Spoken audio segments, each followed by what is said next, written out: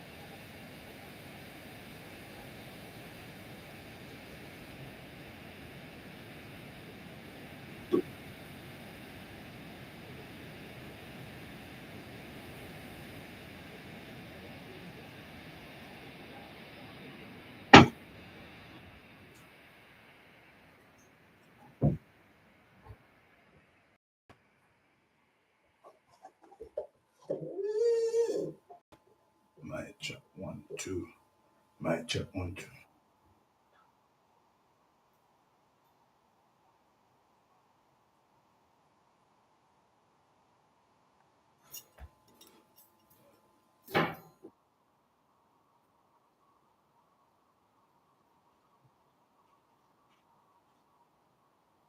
All right, ready? All right, let's go.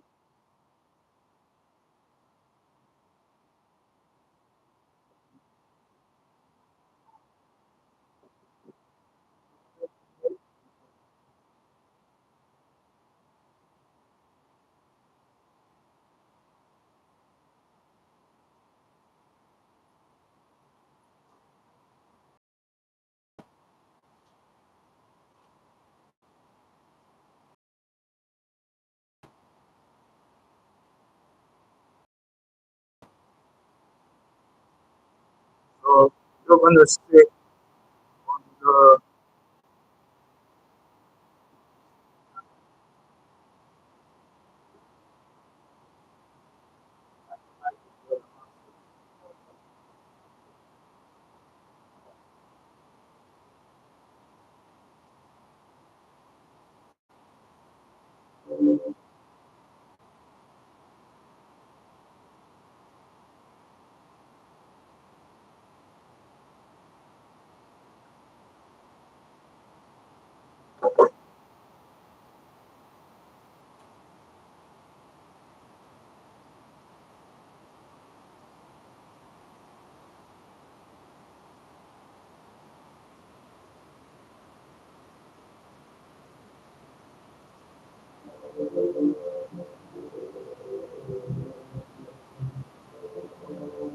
Metascience.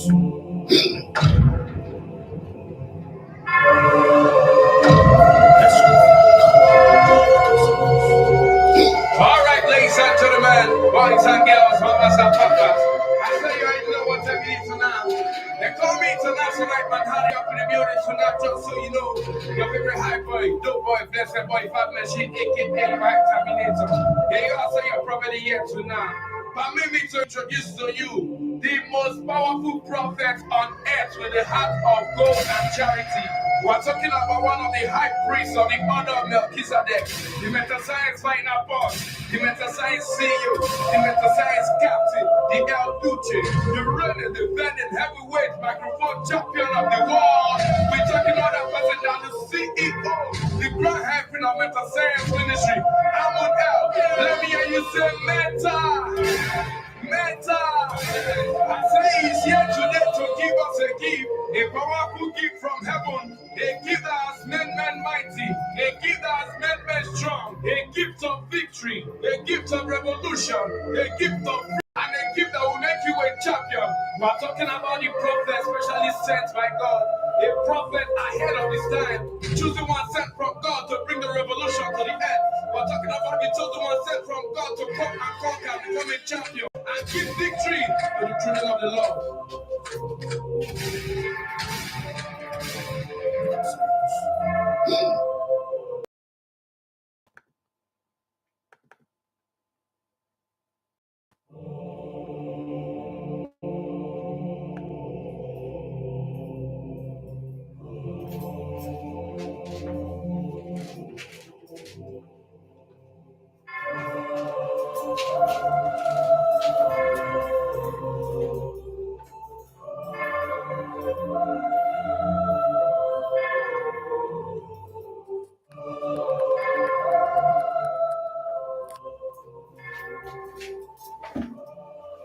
All right, ladies and gentlemen, my name is the High Priest, the Metascience final boss, the Metascience CEO, the Metascience captain, the Metascience commander in chief, the Metascience champ, the last real revolutionary, the greatest of all time freedom fighter, the reigning, defending, heavyweight microphone champion of the world, the Grand Hyphen. I'm one L, you done know Metascience. And tonight, we have Diyalla. How are you doing, Queen? I'm very well, thank you. How are you? Yeah, I'm all right, Queen. I think you need to speak more strong. Can you hear me now? Can you hear me? Yeah, I can hear you. But let me just raise it up. Try now. Hello. What about now? Hello. My bad's moving on. Yes, I can hear myself now. How are you? I'm good. How are you? Yeah, I'm all right. It's been a lot of stuff going on today, but thank God we're in the studio tonight and making it happen. So let's get cracking. I saw you at some gig. I think it was James's birthday's gig in Camden, London town, and like I was impressed with your voice and your stage presence, and obviously your divine goddess energy. And I believe that you have the potential to be a superstar, and that's why I invited you here tonight. That means a lot. Thank you so much. Because again, there's not a lot of people that see something in people. So, I mean, that what you just said means a lot. Thank you so much. No worries, Queen. No worries. But we're gonna get down into business and get your story out there because you are one of a kind, one in a million, and the whole world needs to know. So tell me about your story. How did you become Diyalla?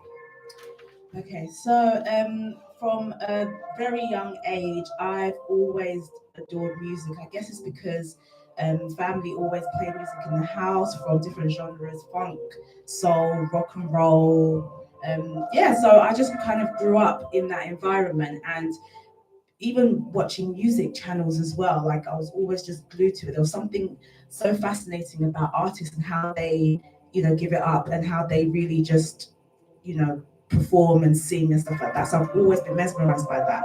And so yeah, I've always just wanted to be a performer my whole life. Like it's just crazy. But you know, as I got older, you know, there are certain things that happen. You know, sometimes you feel like it's not. If that dream feels so far, especially when you don't know how to go about it. So I just, you know, childhood, teenage years, I would sing and I'll do talent shows and join the choir and all of that and perform in certain things here and there. But I just didn't think it was possible. Oh, okay. Yeah. And then it got to a point where as I got into my 20s, I started thinking, you know what, maybe I could do this, but then I just didn't know, again, I just didn't know how to, like, just go about navigate the and network, if you will. But yeah, so, but I still kept pushing because that's what I love to do. I love to sing. It doesn't matter if I'm in my bathroom or anything like that, I'll just, you know, sing. Anyway, so then later on, I started doing, well, now I'm in my 30s and I just started doing music for myself. Oh, and really? I thought, you know what, actually, I might have something here. I might, if I have my own stuff, then maybe I can just follow through with it. Because a lot of the times when I was trying to do it prior in my 20s, everyone would ask me, do you have your own music? And I'll be like, no, because I didn't know where to go and what to do. Okay. Yeah. So what you were doing, covers and Yes. more or less that, yeah? Yeah, I was doing covers. And as much as I enjoy covers, but then I think people want to see authenticity. They want to see you. They want to see what you bring to the table, what you're all about. So, you know, having that in the back of my head, I was like, right, okay, I need to figure something out. How can I make this work for myself and for other people to get to know who I am? So then, yeah, so there was one point I took some time out from work and I just sat there and I just played with one of those what do you call it, like garage band or something. Oh, yeah, it was okay. garage band. So I just started playing around with some beats and stuff, and I was like, actually, wait a minute, this sounds alright. Okay. So then I started doing that, and then yeah, and that's when I decided, you know what, you're gonna do this for yourself, and you're gonna push yourself, and you're gonna, because this has been a lifelong dream to like be in this space. I see. Yeah. Okay.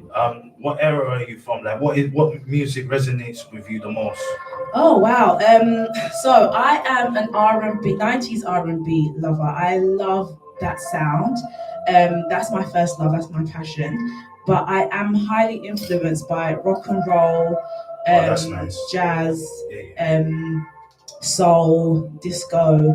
So you know, and even some international sounds as well. You know.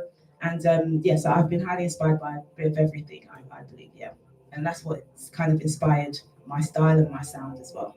No, I hear that still. What would you describe the genre of your music? So again, it's very much R&B, pop rock with a bit of Afro beats as well, and maybe a touch of EDM music, just a little bit. Because again, I want to be diverse because I do believe that music is an international thing, and I feel like a lot of people can resonate when the music, you know, is like a different genre of some sort, and I feel like they can resonate when it's like diversity, you know. I get it. When there's diversity. Okay, so like, is it you purposely make it broad or diverse? Well, not okay. So like it's not marketing. So it's hard because it's weird because whatever sounds good to me, yeah, I just think is great, you know, and I feel like I'm inspired with what I hear and what I think is good. So, but I guess that's the diversity of it all because I feel like whatever I feel is good, whether it is dance music, house, or even garage, or R&B, soul, you know, whatever it is, if it feels good to me and it sounds good, then that's fine. I'll just go with it. I hear you. Okay, here's a good question. How do you feel when you listen to your own music? Oh wow! So it took some time, but now I'm here. I guess especially with what I'm doing now, I now feel confident in the music that I'm making. So I feel like it's true to myself. It's my own experiences, and I'm finding my own sound as well. Because I feel like when I was doing covers, I used to always mimic the artist's sound and you know, voice and stuff. But now I feel like I'm finding my own. I hear that. What emotions do you feel from hearing your music, your own music? I feel joy because again I write my music as well, so it's like a boost of like confidence to say, wow, you did this, you know, you took the time out, you wrote your songs, you know, played around with the beats, you did everything yourself. So I do feel a sense of accomplishment. But then not only that, in terms of how I feel like, wow, this is me, and hopefully someone can relate to my sound and my music. I understand. So it's like it's therapeutic. It is also helping with one's self-esteem, and then you can connect with others that feel the same like you. Yeah, pretty much, yeah. Oh, okay, that makes sense. All right. What does your name mean? So actually, my name is Doreen. Okay. But so hence the D, and then my surname's Diyalla. All right. So I thought Doreen was a bit, you know, it's not nothing wrong, but I thought maybe Diyalla would be a bit more catchy. Yeah. And I feel like it's more me as an artist. Okay. What does that represent, Diyalla? Like, what is that brand, the identity? So I want to exude confidence, also just being yourself and being true to who you are. That's what I want the brand to be, and I want people to know that you can do anything you want to do. You can, if you put your mind to it, and just, you know, carry on. And I feel like I want to inspire younger people out there to just, you know, go for it. So I feel like my brand, I feel like I want it to be more of a confident type boosting thing. And how do you do that? How do you implement that? So it's just, again, it's through the music, it's through the lyrics. So I mean, if I'm writing a song, like most of my songs are, like I said, about my experience and stuff like that. So again, it's just to kind of like like I said, through personal experiences. I feel like it would be. Let me ask better question. Okay, no, fine. Yeah. Because we want to get to the source in it. What life experiences have you had that were forever life changing? Okay, interesting question. So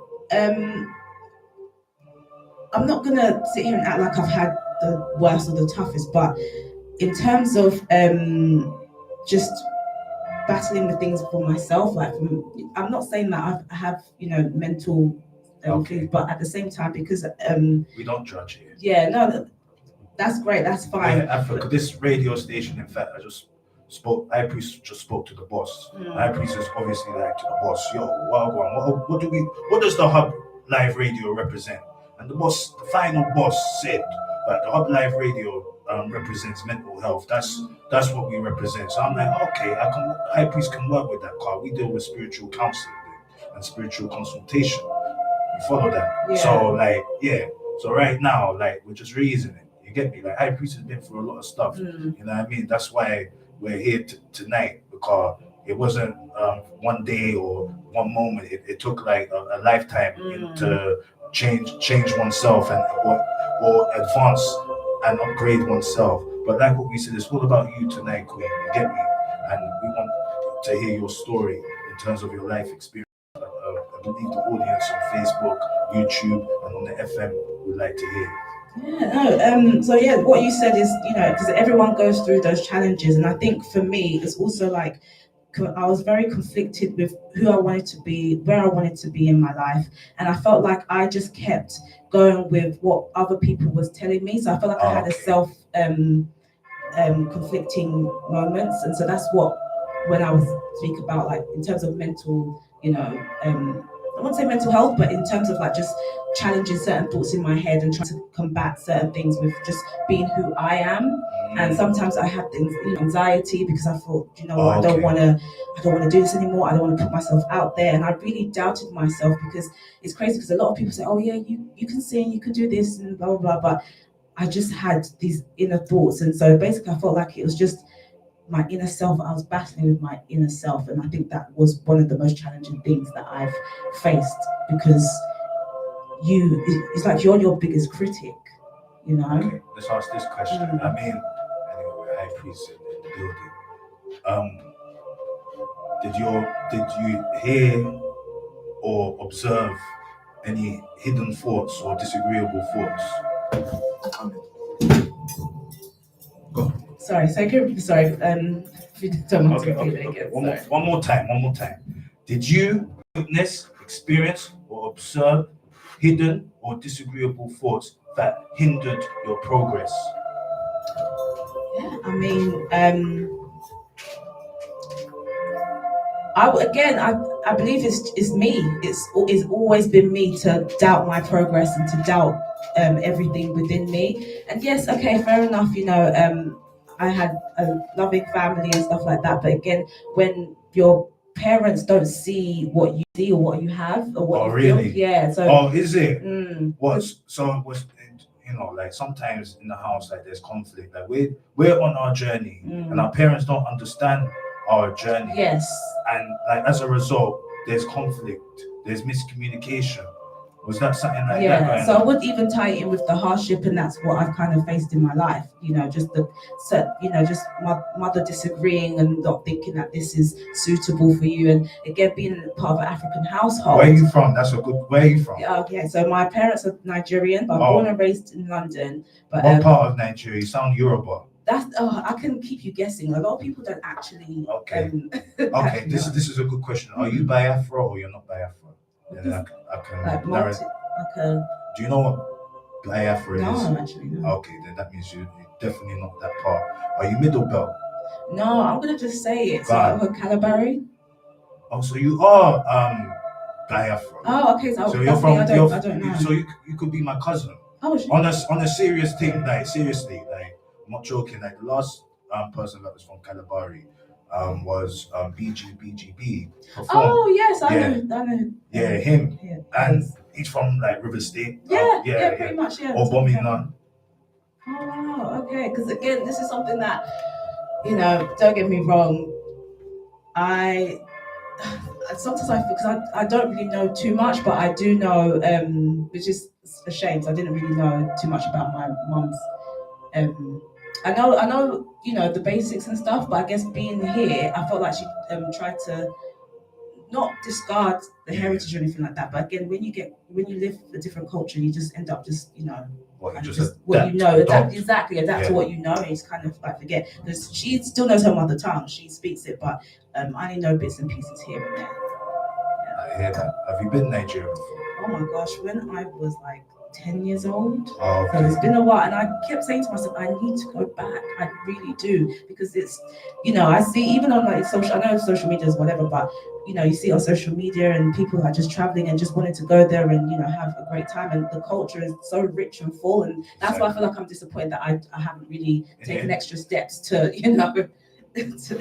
get to really know. But that's something on my to-do list. It's never too late, so that's what I'm gonna try and do in the future.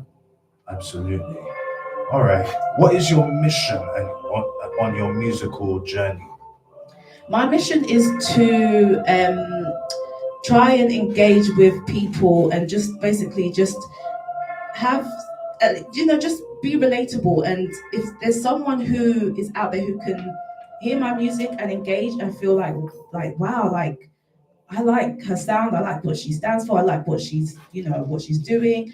I just wanna, if I can, touch someone in a positive way and make them feel good about themselves, I feel like that's like my mission, to unite and to make people happy through my music. Okay. I mean, that sounds quite achievable. You know what I mean? Like, it's not like you're asking for fortune and fame and to be a legacy artist. You just literally just want to connect through vibration. Yeah, I do want to connect. So don't get me wrong. Yeah, the fame and all of that, that's a bonus, but it was a double-edged sword, to be honest. But I mean, I feel like, especially in this headspace that I'm in, I really feel like I want to inspire, because again, like there's so many artists who have made me feel a certain way and have moved me through their music, and I just kind of want that same thing for somebody else, going forward with my own. All right. How does music make you feel? It just makes, oh my gosh, so many emotions. Like, it's just absolutely crazy. From happy to sad to, sometimes it can get you in a place where you're like, your anger comes out sometimes. Sometimes like you'll be listening to a certain song or sound and it's like, actually, I'm not really that happy today, so yeah, I don't know. It's just different feeling, and again, because I dance as well. Oh, So that's nice. yeah, so I mean, if I hear a great beat and I'll just be, dancing along, and it's also the rhythm as well, and how it makes me feel when I move. Because again, through dance you can express yourself, and then through the music, it's like a combination of both. No, I understand. Okay. Who are your top 5 artists? Oh man, top five. Okay, so Michael Jackson being number one. Yeah. I adore that man. Oh, this is hard. Okay, Why do you adore Michael Jackson? because there's just so much that some people don't know, that what he actually did for music and what he actually contributed and brought to the table. So it's not just his music, it's him as a person, what he stood for. Now we understand there was some, other things and, alleged things about him, but I mean, when you really dig deep and find out what he stood for, it will blow your mind. Like he wasn't perfect, but he stood for something. I hear you. Okay, who's your next artist? Okay, so I'm gonna pick Mariah Carey because growing up she was my Beyonce at the time. Oh really? Yeah, like in terms of singing and just beauty, elegance, and before I knew she threw shade here and there. But I mean, yeah, in terms of just her and her style and how she even came about, because even her story is quite touching as well. And just knowing that she really overcame some things and she used her voice and she really did her thing, and I adore it. And again, music, visuals, yeah, just the way the riffs and runs that she does, like it's just art, and her songwriting is impeccable as well. So that's something about Mariah Carey that no one really knows about. Like she actually writes most of her songs, like the first albums as well. Like I watched a documentary about her, and she's like, yeah, I used to write my own songs, and even I forgot his name. Was it Tony Matola? Yeah, Tony Matola was impressed, like the hunger and the eloquency of my lyrics and stuff like that. That's how she was getting on. But yeah, she's like top flight musician, singer. Yeah. You know what I mean? Like proper. Who else? Okay. I want to say Janet Jackson because again I was obsessed with her even before I became obsessed with Michael. Really? Yeah, it was Janet because again female, someone I can, again relatable and just the dancing. Although she's not like the strongest vocalist. Exactly. But in terms of her engagement and the way she's a performer. Yeah, exactly. Entertainer, and her work ethic was again top tier, and she was dedicated to what she believed in and what she did. So she is again top five, one of top five. Moving on. Who else? There's Whitney Houston. As well. I feel like I'm naming many women because again, growing up, it was mainly the women singers I was really drawn to. But yeah, Whitney Houston. When I think the first song, I was born in '89, so I mean, the first song that I probably would have heard was "I Will Always Love You" because again, that was although that came out in the '90s, I was able to, So so as soon as I saw that lady sitting in the chair and she's just belting out those vocals, I was like, wow, who is she? She is amazing. And again, her vocal capability is just beyond. She can literally, it's like she's so effortless. I see. Yeah, and it just comes natural, like it's God's gift, you can tell that she was just, and I know she grew up in the church, she sang in the church and all of that, but again, it's just a natural, just wow, the voice, Whitney, the voice Houston. But yeah. Okay. So how many was that? One more. Oh, it's hard because anyway, there's so many. But again, I'm gonna say Beyonce.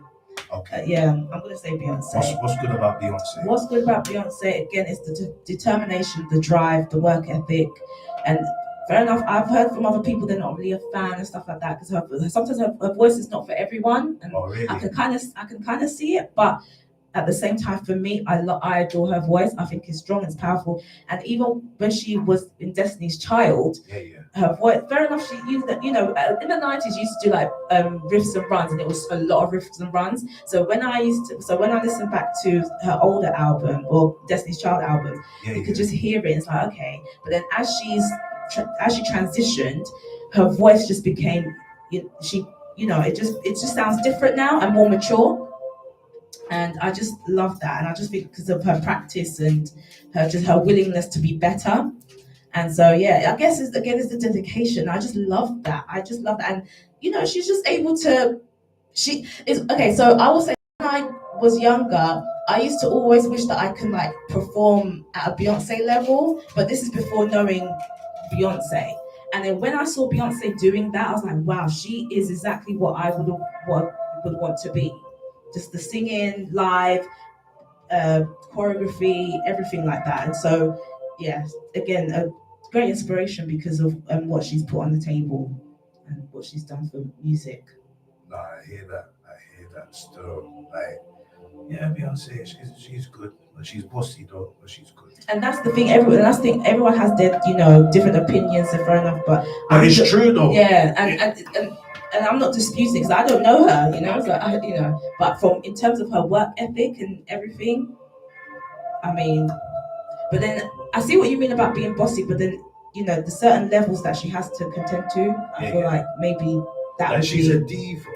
You get me? But she was born for it. You know what I mean? At the end of the day. You know what I mean? But it is what it is. Yeah, I mean, exactly. There's gonna be people who have their moments of like, ugh, But I mean, in terms of the artistry, okay, she's top tier. Yeah, she's top shelf. Yeah. Yeah. All right, cool. What about why should I be a fan of you? I think you should be. That's a good question. I think you should be a fan of me because I am very engaging. I like to express myself in a way that hopefully people can understand, and I just like to have fun, and I just like to and I just want that the fun and the engagement to kind of like transcend through my music, and I think that's probably why you should be a fan and why you should engage. Okay, that's very profound in your delivery, and obviously people would admire that. You get me, and feel your energy. So yeah, I believe you should be a fan of Diyalla. You get me, because again, she's bringing this goddess energy, and her music is so sweet, and yeah, she's very entertaining, and she knows her stuff. You get me? She's here, for positive vibrations. Wouldn't you agree? Yes, that's what I'm here for, and I just want to say again, thank you so much for inviting me because this is an experience that I'll always remember, and yeah, so I'm enjoying this. Oh, that's good. What are the struggles of being an artist? Oh wow, okay, so the struggles, well, my struggles anyway, has been, especially at the beginning, just not knowing where to go and who to go to and how to navigate, where to go with my music and things like that. So, and again, like sometimes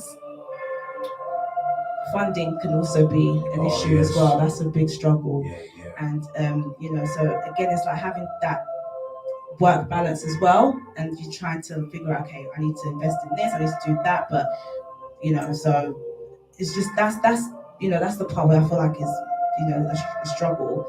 And like I said, but I feel like now I've got a handle on the networking, and I feel like that's if I just keep going the way that I'm going, I'll be fine.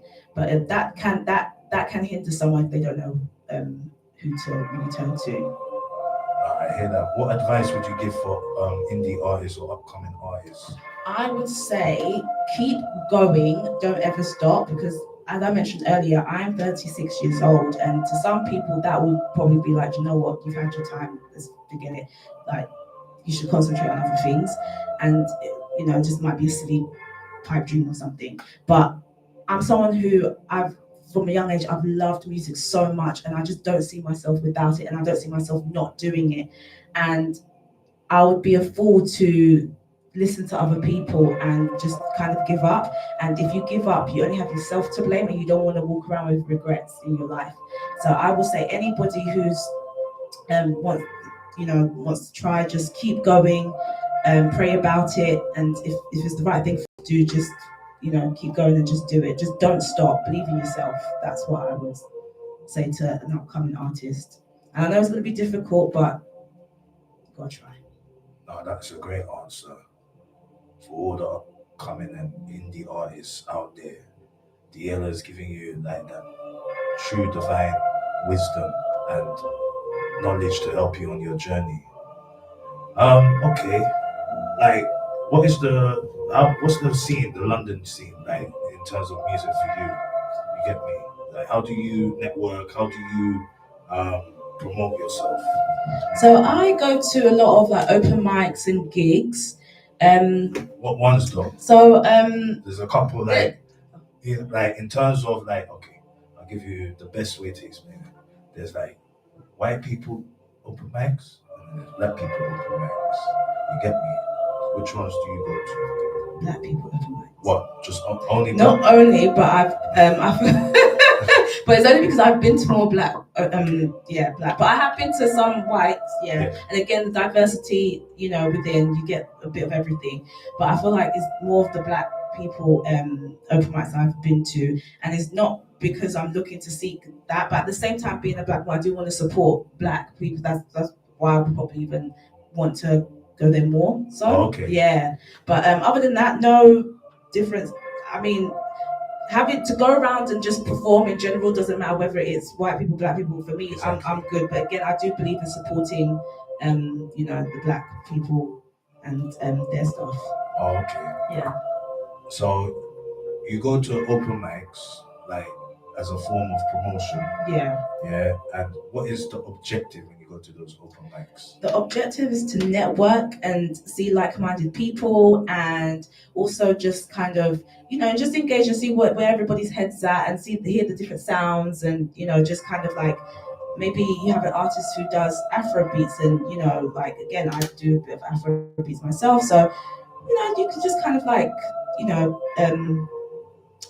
kind of like just exchange and kind of exchange knowledge and stuff like that. So that's what I that's what I go there for, to engage and see who else is out there and who I can work with, and who's gonna give me some advice and some wisdom, and let them share their story with me. Oh, okay. So it's more like community. Yeah. Instead of promotion. Yeah. But then also promotion as well, because again, I do want to put myself out there. I do want to have people know who I am as well. But then within that, it's also the community. I feel like the community thing comes with it as well. Oh, okay. Yeah. Are you a DIY artist? Do it yourself? Yeah. Yes, I am a DIY artist. And explain that. I basically fund everything myself. So I write, I sing, and then I also produce as well, and to the best of my ability. Like I said, I invest in myself, so I am a DIY kind of artist. I am, hopefully in the future, I'm looking to work with some amazing people to like kind of help in the future. But for now, I feel like, I feel like me doing it myself is actually not a bad thing. It can be stressful, but it's not a bad thing, because you learn, and it's always good to learn something new so that you can go further with it. No, of course. Do you have your own studio? Home studio. Okay. That's nice. I feel like it's it's easy now. Like, you don't need to go to the big studio. Like, you only need to go to the big studio like if you got a band and even then, like, you can find a way to record like live instruments and all of that kind of stuff. Yeah. You get me? But like, what advice would you give like for someone that wants to be a DIY artist? What do they need? Like, what's the priorities? I would say find if it's just a space in your room, try and find a good space in your room. Try and buy. If you can't afford the best of the best, you're just a beginner. If you are a beginner, just invest in something that will get you to the next level. But invest in some affordable equipment. Get yourself the software, and just practice and just fiddle around. But I definitely think the workspace is something that you would definitely need to, if you're gonna do it yourself. And also, again, if you need help, maybe YouTube as well, like all that information. Oh, okay. All right. What ends you from? So I'm from East London. Where are these? Stratford. Okay, Stratford. And how was it like growing up there? So, Before Westfield and all them things there? 'Cause I know them ends. oh, But okay. yeah, go on. So I'm gonna take it way back. Yeah. So even some of my friends actually they don't know this, so this is kind of like an exclusive. So I was actually born in South London. Okay. Yes, but I think about the age of 3 years old, I think 2 or 3, something like that. I then moved from South to East London, and and so I've just always been in the borough of Newham. And so I mean, it's just been, I don't know, just being in the East. Do you know what? I can't. It's just weird. I feel like because I've been there pretty much all my life. I adore, as much as it's annoying, but I do adore East London as well. It's all I really know now. So I'm so familiar with it, and it's just home. Oh, okay. Yeah. All right, so you got a lot of positive things to say about East London. I wouldn't say. Well, I mean, back in the day, maybe not, because it was a bit. Obviously you heard, especially like Hackney and those areas at the time, like back 20 years ago, it wasn't the best places to live. But still to this day, you get me? You know what I mean? Like even if they try and gentrify, no, it's you're funny. Yeah. But to be fair, I feel like anywhere in London is just, they always have their rough sides. Like there's always something negative. But I do understand where you're coming from. But at the same time, East London, I mean, they're trying. I mean, it's still, you get me? It's got its vibes, isn't it? It's just its vibes, isn't it? Yeah, it's true. It's true. And I guess because I'm so used to it, I feel like I don't. It's not that there's nothing negative to say, but I feel like because I'm so used to it, I feel like, you know what, I can't hear anything else. But I hear that still. Okay. What about like your education? Okay, so because I know you're Nigerian, so you must be loaded with education. So primary school, all of that, and I went to St Angela's. Don't know if you've heard of St Angela's Convent School. Okay, so that's in Forest Gate in East London. Oh, okay. And it's an all-girls school. I met some amazing people. Some friends that actually still talk to this day. So it's been like over 20 years of friendship, so that's amazing. And again, sometimes you do fall out when you're that age. Your friendship's quite fickle, so you don't really keep those friends, and you're also finding who you are and who those friends are as well, and who you want around you.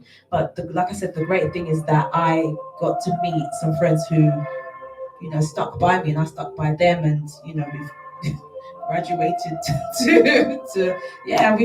we've just kept in touch, and I think that's a great thing to have. And but then besides friends, in terms of the education, personally, St Angela's was one, well, not even personally, it was one of the good schools in that area at the time. I don't know about now, it's been years. But I mean, and I learned so much, and just even if it's just life stuff. I know they don't really teach you life things in school. It's mainly the academic and things like that. But there was I learned some life things. Some. Yeah, okay, you had life experiences. Yeah, life experiences, and even through when teachers would talk, they actually, and I feel like they kind of try to set you up in terms of how to go up and approach your life in the future. So even if, like, again, being a convent school, uniform of that, being strict. So again, it's a Roman Catholic school, right? Yeah, Catholic. And it's basically a school to produce nuns. Yeah, it was a nuns-based school. But again, go back to even uniform presentation, stuff like that, and again modest, and then in the real, when you leave that, when you go to a job interview, you learn how to dress, present yourself, wear uniform or a suit or whatever else, and it's just little things like that. But it was a good school. I enjoyed myself. I learned a lot, but academically and life experiences as well. So it was a fun time. But then as the years went on, it's been like, okay. Well, I think I got to year 10. I was like, you know what? It's not that I wanted to grow up so fast, but it's like, okay, what is beyond? Like, I'm kind of over, it's the same thing day in, day, that whole thing. What? So did you go to college or? Yeah, I did go to college. Yeah, I actually went to the sixth form. Okay. Yeah, so that was for 2 years, And again, because again, it was so I went to the all girls school, and then the sixth form was joined with St Bonaventure, which was down the road. So it was an all boys school down the road, and then the sixth form was joined. So yeah. What was that experience? That experience was, oh my gosh, it was funny. Like, just to meet some characters. Oh my goodness, I knew of the boys, like, not personally at the time, being in the girls' school, but when they came to this, when I got to the sixth form, it was like putting name to face. Like, I always hear about so and so and this person and that boy or whatever, and then to kind of like put name to face, it's like, oh, so you're so and so, you're this person. So it's a bit dramatic. And again, being in the girls' school, you're not really exposed to, although they were down the road, you're not really exposed to the boys. So again, some girls got a little too, maybe me. What, too excited? Yeah, but a lot of hormones and that. Basically, yeah. Maybe me as well, just a little bit, got a bit sidetracked. But yeah, you just end up talking. Yeah, because again, you just end up talking and just because again, males think so differently to females. So So I mean, it's just like that interaction. It's like, okay, this is new, Oh, for real. Yeah. So like, because I went to a mixed school, innit? So like, all the hormones were kicking in all over the place. You know what I mean? Like with the boys and the girls. You get me? But it's different with you because it's like you went primary school. Mhm. Yeah. Which, funny enough, that was mixed. But again, you're young. You don't think about certain things, Exactly. Like you haven't developed like that yet. But then when you get into secondary school, that's again the hormones are kicking in. You know what I mean? You're just going through puberty and all these madness is happening at that time, innit, of one's life. You know what I mean? But then when you get to college, you think you're grown. You know? You think you're grown, especially when you did good in your GCSEs, and then you now do A level, and then you realize the GCSEs were just like child's play. Yeah. You know what I mean? So like, yeah, like I get it, like in terms of the journey and college or sixth form and the transition from like being in a girls' school to be, I'm gonna say it, be groomed to be a nun. Because that's what it's about. You know what I mean? That they're grooming you to be a nun, and then now you got an environment where there's guys and like all of them ethics go out the window. You get me? But you're telling me a lot about education. I really want to know like the main event, the box office education, like university and that. What did you go uni? So no, really? I didn't. As an African. So you know what? So I did go because my mom wanted me to go, and so exactly. So this is what I was talking about earlier about the we can relate. Yeah.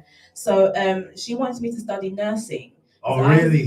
So and No, I get it. Yeah. No. There's nothing wrong. One of my good friends, she's a pediatric nurse, and she's when I tell you the dedication, the hard work that you have to go through, and to be honest, to be able to save someone's life, like that's just you gotta give it to them. Like you gotta give them a round of applause, So there's nothing wrong with them. It's just for me because of this. I knew what I wanted to do. I didn't feel like it was for me, but then to please her, I just kind of went along with it. And so then I ended up going to City University, and then this sounds so silly and so bad, but I remember this one lecture. I was because I've got quite a few tattoos. So we're gonna ask that in a minute. But okay. So I just remember just sitting there thinking, I kind of want another tattoo. Mind you, the lecturer's just going on and on. Yeah. A tattoo, blah blah blah. And then I just thought, you know what? After this lecture, I'm gonna get myself a tattoo. I ain't come back. Like I just not bothered. So I just went. So again, because when I'm not engaged in something, I won't focus on it. And I didn't focus on nursing, although there was some amazing experiences, and I learned, so much, even from down to even washing your hands, how to wash your hands and stuff like that. It's little things. But again, the education, the biology of the body as well. Like those are things that you have to know about. So again, it was all a good experience, and I learned a lot. But then again, I just disengaged because it wasn't for me. And I always believe when something's not for you, you're not going to put your heart and soul into something. You're just going to disconnect, and that's what happened with me, unfortunately, when it came to that. But so then that did cause a lot of conflict because my mum, even sometimes even she thinks like you could have been this, and sometimes it's like that's not what the I don't know what my future holds, but what I do know is that I don't want to go down this path where I'm not happy because this is my life, and I want to be able to, utilize and do what I need to do in order to make myself happy. I hear that, Queen. I'll ask this question.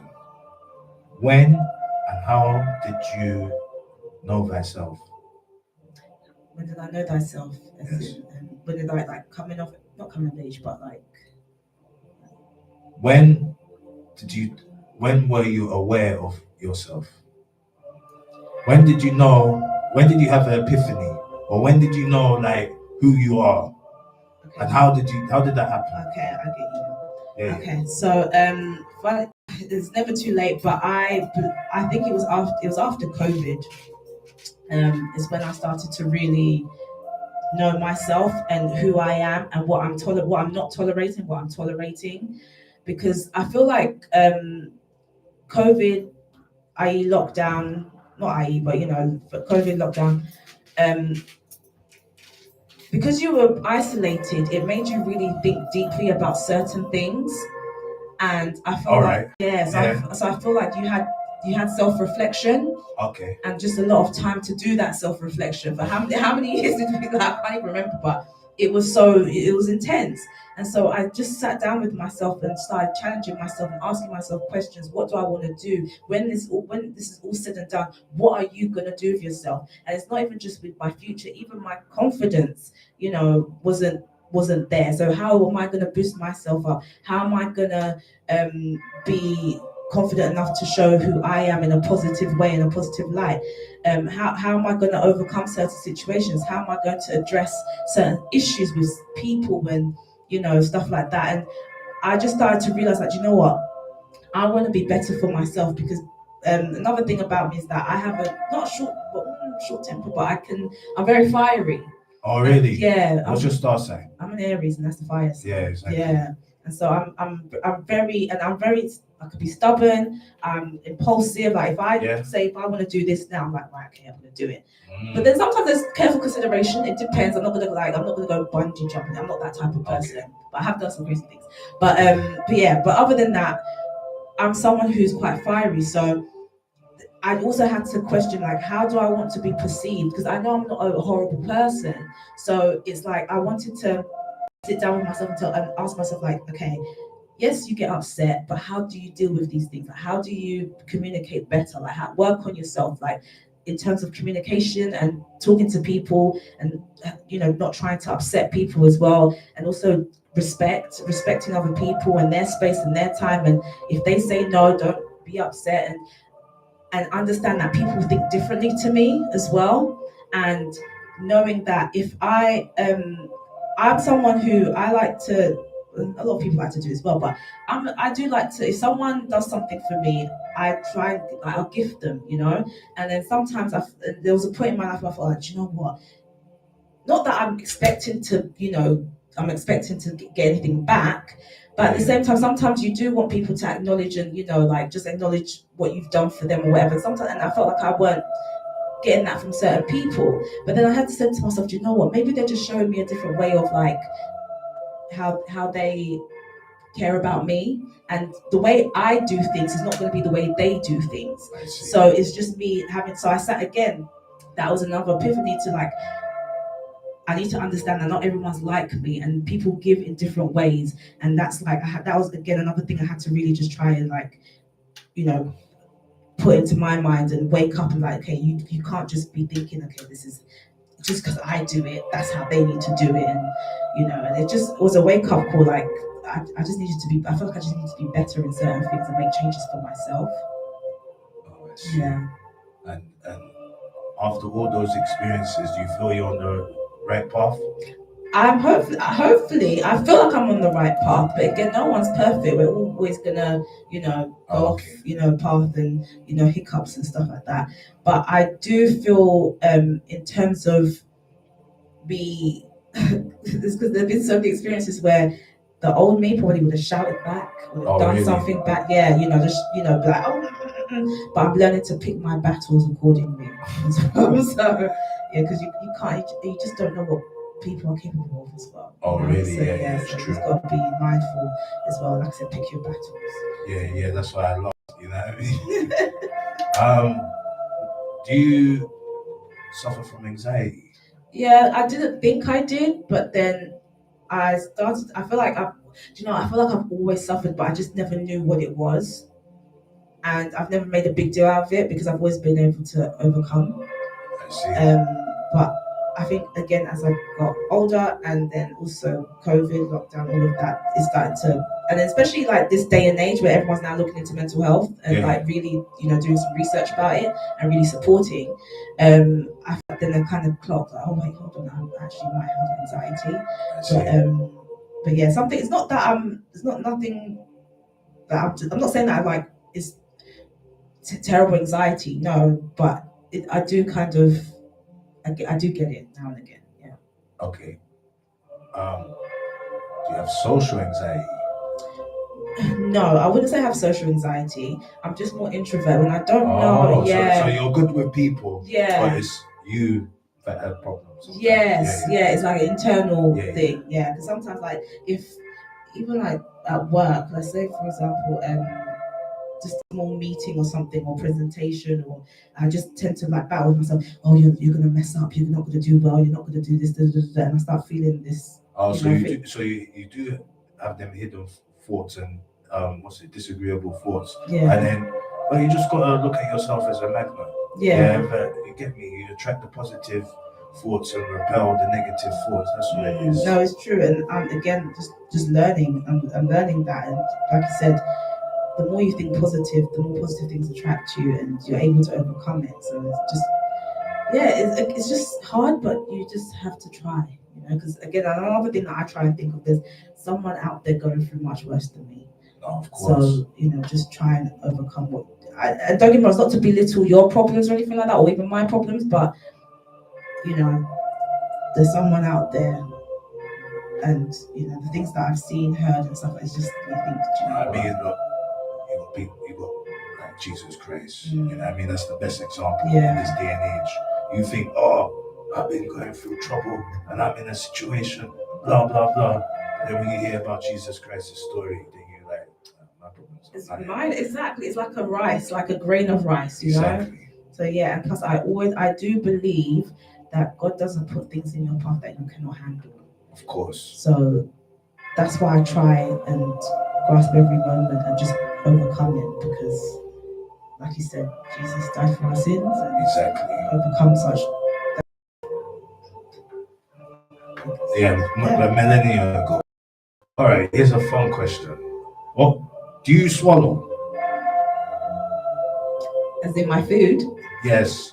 No, as in Niger style. Like, do you chop swallow? What does Oh, you're really not about the culture. No. Wow. I was about to say a naughty word, but wow. No. I'm disappointed. Oh my gosh. Yeah, I'm really disappointed. But I said earlier, I'm disappointed in myself for not. No, I already said that. I beat you to it. All right. Let me break it down. Do you eat fufu?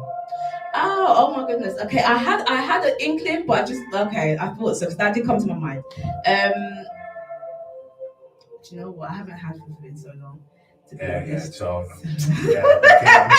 but my mum makes it all the time. I'm more of a rice person. Oh, okay. But if I was to eat it, I am a chop swallow, I believe. What, you eat with your hands or Yes, I eat my hands. I feel like there's no other way to eat it personally. Oh, if you're going out, then but even now I don't feel like there's any other way to eat it. Like that's just some European way. What, the hands? No. The eating it with knife and fork. Yeah, I feel like there's no other way to eat it but with your hands. Exactly. It's meant. Any African food is to eat with your hands. Even Ethiopian. Yeah. That's how. And plus, even there's certain, even not even just African, there's other cultural, Asians as well. But if you put it like that, like I said, I don't see any, like, that's how I grew up eating it with my hands. Yeah. So I get it chopped. What is your favorite soup? Oh, okra soup. Oh, okay. That's my favorite one. Why you like that one? Because there's just something about the okra, and then I just love Because I know obviously most soups has that kind of like there's just Yeah, some sticky. sticky, yeah, Yeah. but there's just something about the okra, and then I don't know. But it's okra just, is sticky. How they do it? yeah, it's sticky, but I mean, there's just something about I don't know, like compared to egusi, and I feel like that one is my favorite. Plus, my mom made it more growing up as well, so I feel like I became accustomed to it. Yeah. I hear that. My one is egusi. Egusi soup. I like that one. Sometimes I like them all. You get me, but it's like how it's done and who's cooking it as well. Like usually, is either mama or that auntie that that is catering that can cook that make it taste nice. You get me? Yeah. But yeah, I like any of the soups, but preferably the goosey and maybe the okra. Usually, I eat the okra with the obono. Yeah, like mixed together. You know what I mean? Like to make it more thick or thick. Oh, I see what you mean. Yeah.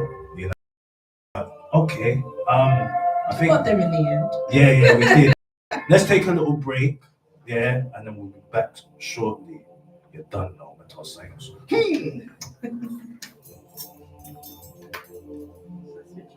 Yeah, it's switched off already. Let me just play something.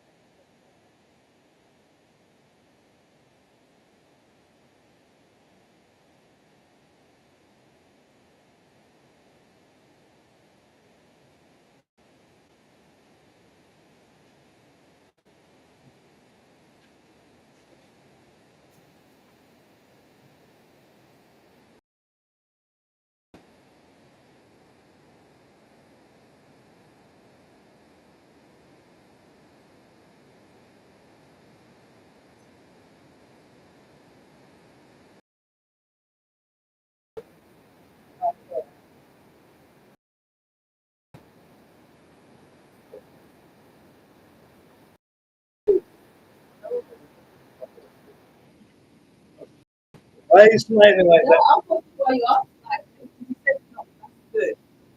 Yeah. What you it's not bad. No, to be honest, it's not about it's the response. So I'm Yeah. like, okay, so what do you do? I think that's good because that means that you don't come to baggage. I'll see. I think it's good because you get me so like you get it, you still got potential. I'll see what that is.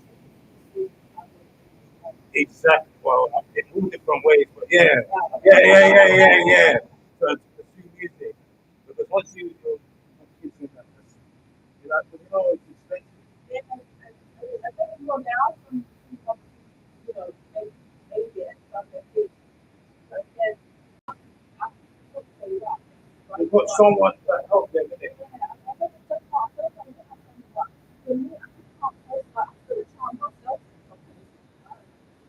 Yeah, a lot of people are going to be set down now. I think what I used to like, I can't find what radio. yeah. Why is that help? Huh? Okay, that's your single.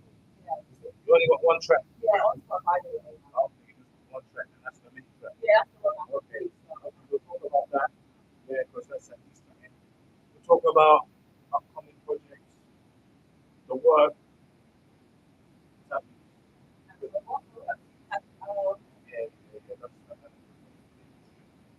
so I think start with tattoos, talk about work, and then talk about song, perform it, and then talk about the upcoming projects. That's a lot. Yeah, so we just get ready for the camera.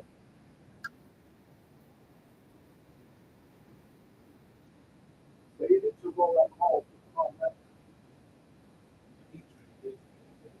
Oh, yeah, definitely, definitely.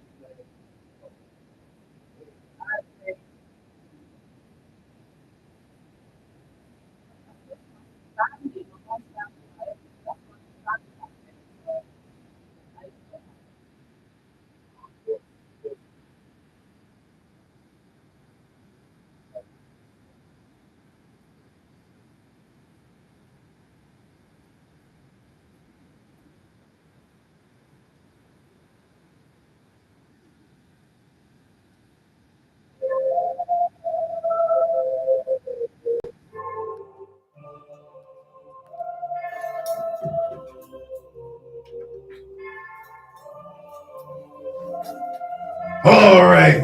And welcome back to the Metascience Ministries Reasoning and Fellowship Radio Show via the hubliveradio.com and also 105.2 FM and YouTube as well. I'm on L. Check out the page or the channel where you can see High Priest on L every Monday from 7 p.m. on the Hub Live Radio. Done no Metascience. And also we got a special guest in the building. We got Diyalla. Yeah, and she's so amazing. Like her personality, her story, and what her mission is for music and that. And we want to know more about you. Like you mentioned about tattoos and that, and I can see you got a couple of tattoos on your hand. Yeah. Like how many tattoos have you got, and where are they as well? Okay. I think the audience would like to know.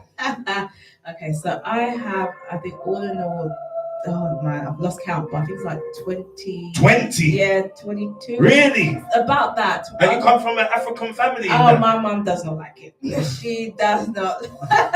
She does not like it at all.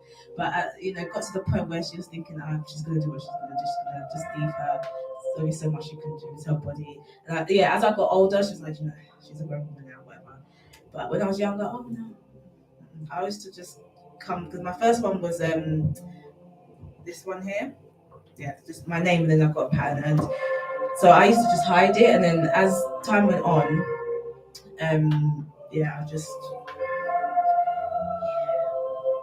she just gave up talking to me.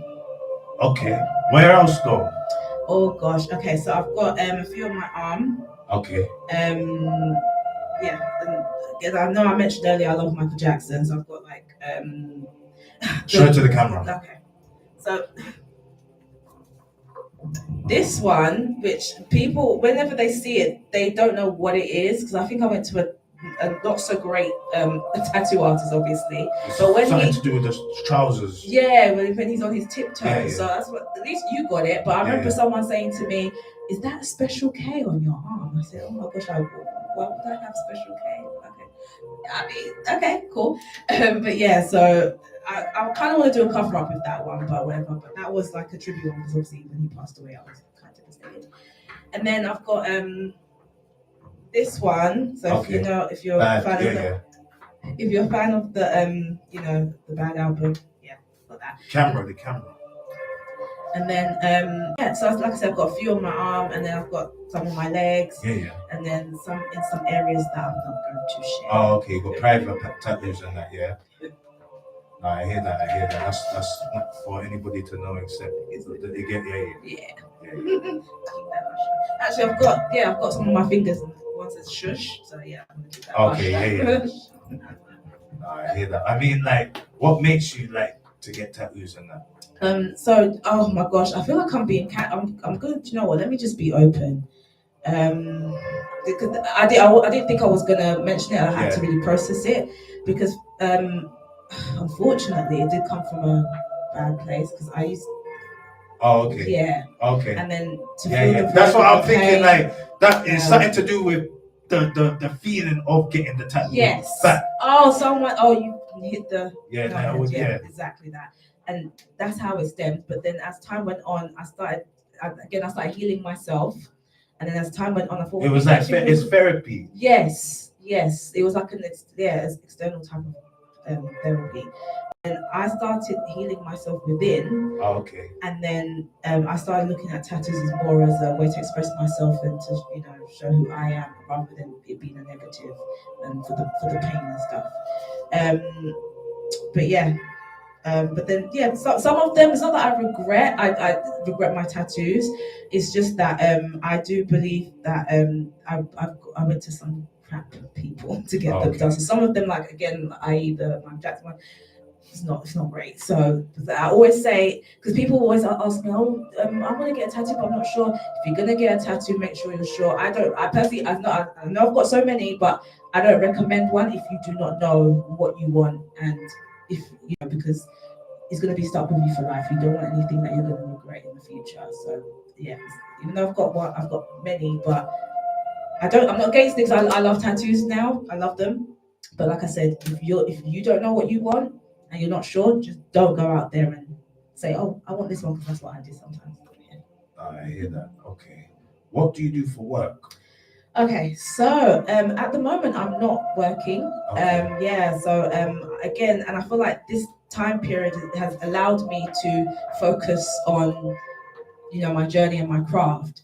So, but in terms of what I did, I worked in facilities, so I was a facilities assistant. What's that? So basically, if you just taking care of the building, building management, and working with engineers and assigning jobs and stuff. Not so much construction, but maintenance. Like that. I just basically do more the admin and like the PO. Yeah, more of that. And so that's what I do. And to be honest, when I worked for the company, I did really enjoy it because it was an entertainment company. Well, it was WB Discovery.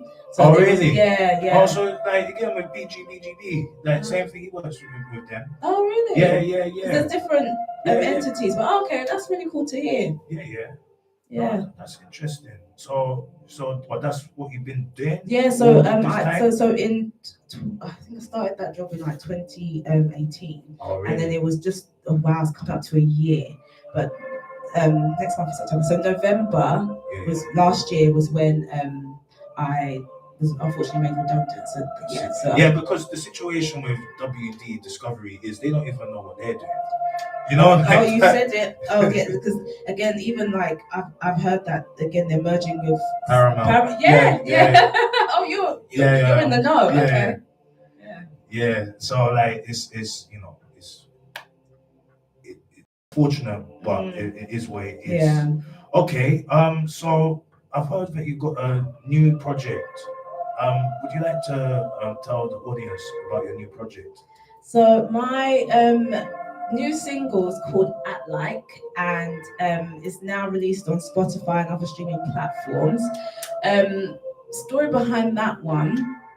I again just fiddling around with some beats and whatever, and then again, actually, let me even take it back. So again, I had a bit of an experience with someone, Oh, and really? yeah, and then like I just feel like, why is this person acting very weird, like acting different towards me? I don't understand. I thought we were friends. I thought we were cool, and I've tried nothing but to try and be cool with you, but just acting very weird.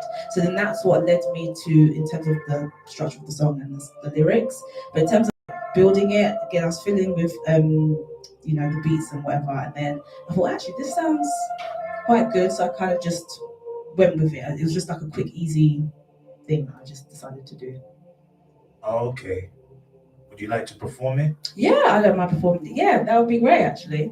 All right. Let's put on at like on the mixing board. Hope you guys enjoy. New singles out now. Woo.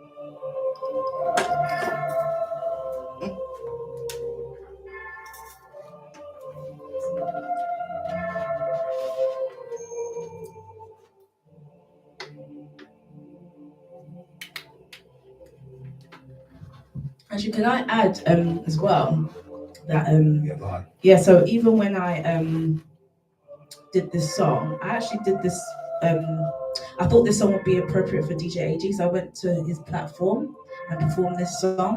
So I thought this would be a kind of like a catchy vibe for the people.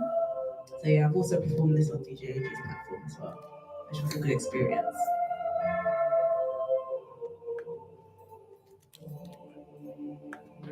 Yeah, I saw it on your Instagram and that, and it was good still. I think it was in Brixton. Well, that one was okay.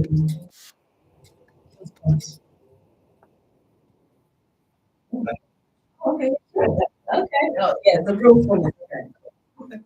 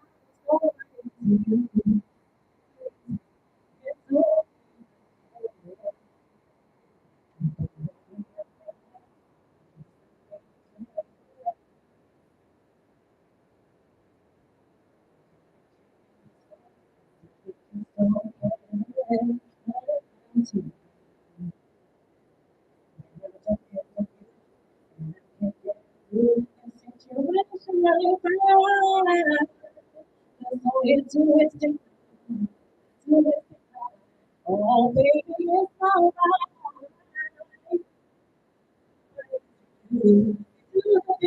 all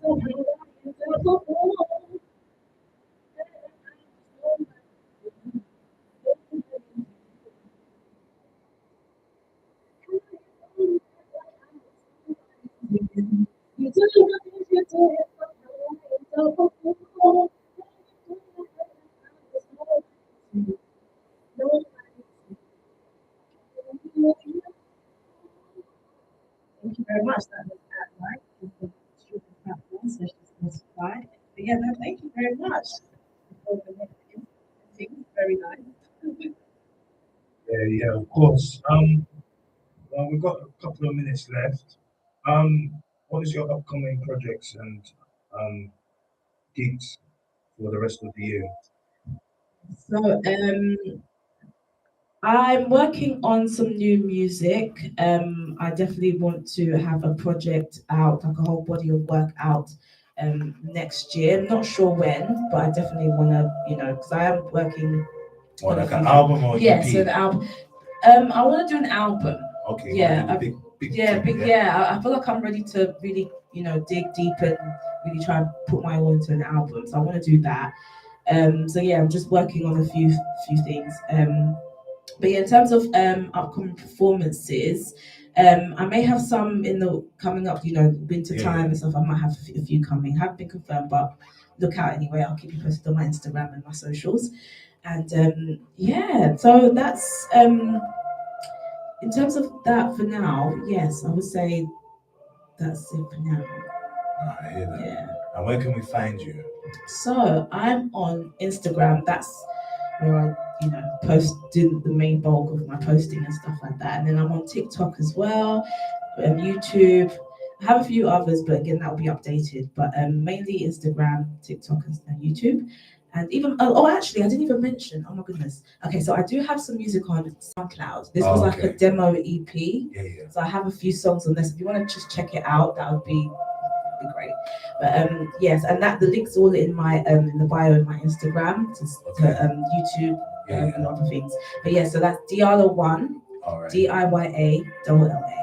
All right. 1. So you heard that, my kings and queens and gods and goddesses. Diyalla1 on TikTok and Instagram. Make sure you go and follow her. She's got strong goddess energy. She's vibrating the studio right now. And yeah, her soul is lovely. You get me? Thank you very much. Yeah, so unfortunately, we've come to an end on the Metascience Ministries Reasoning and Fellowship Radio Show. Tune in next week from 7 p.m. and make sure you have a good night because High Priest Someone L loves you. And goodbye, everybody. Take care. One love. You're done now, Metascience. Let's go.